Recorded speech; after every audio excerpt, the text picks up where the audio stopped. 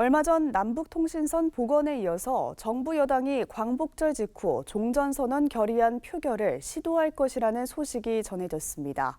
정체된 한반도 평화 프로세스가 탄력을 받을 것으로 기대되는 가운데 북한과 맞닿은 접경 지역 목회자들은 환영의 뜻을 밝혔습니다. 송주열 기자의 보도입니다.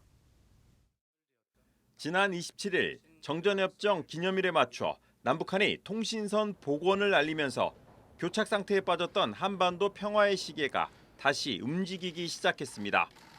북한 전문가들은 남북 통신선 복원 후 2주가 골든타임이라며 후속 조치가 필요하다고 조언했습니다. 정부 여당인 민주당이 광복절 직후 종전선언 결의안 국회 통과를 목표로 표결을 추진한다는 소식이 전해졌습니다. 한반도 종전선언 촉구 결의안은 이미 지난해 6월 민주당과 열린민주당, 정의당 등 174명의 의원이 공동명의로 발의한 뒤 야당의 반대로 계류 중인 상황인데 남북 통신선이 복원돼 남북관계 모멘텀이 생기면서 종전선언 촉구 결의안 통과가 낙관적인 상황입니다. 이에 발맞춰 통일부는 지난해 9월 이후 처음으로 대북 인도적 지원을 위해 2건의 반출 승인을 했다는 소식이 이어졌습니다. 북한의 위협을 직접적으로 체감해온 접경지역 목회자들은 국회 차원의 종전선언 결의안 표결 움직임에 환영의 뜻을 밝혔습니다.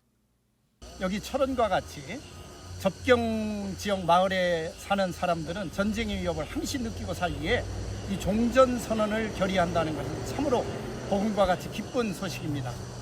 민족의 생명을 지키는 종전선언, 평화협정을 하는 일에 있어서는 여야가 없이 합심해서 일을 해야 한다고 봅니다.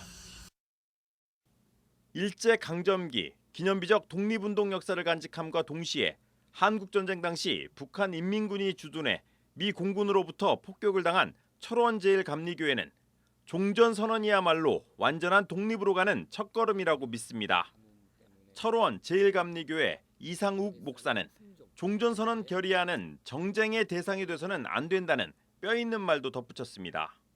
당연히 바라는 거고 또 그래야 된다고 보고 있고요. 이 접경 지역에서 살고 있는 사람들은 그게 너무 피부로 와 닿거든요. 정말 이런 선언 하나가 평화적인 통일 더 기대하고 북한 사람들 향해서 좀 어떤 적대 감정들이 좀 많이 있잖아요. 네. 솔직하게. 근데 그런 것들도 털어낼 수 있는 그런 계기도 되지 않을까. 접경 지역 주민들과 목회자들은 한국전쟁 종전선언을 시작으로 한반도의 평화가 정착되기를 기도하고 있습니다. CBS 뉴스 송주열입니다.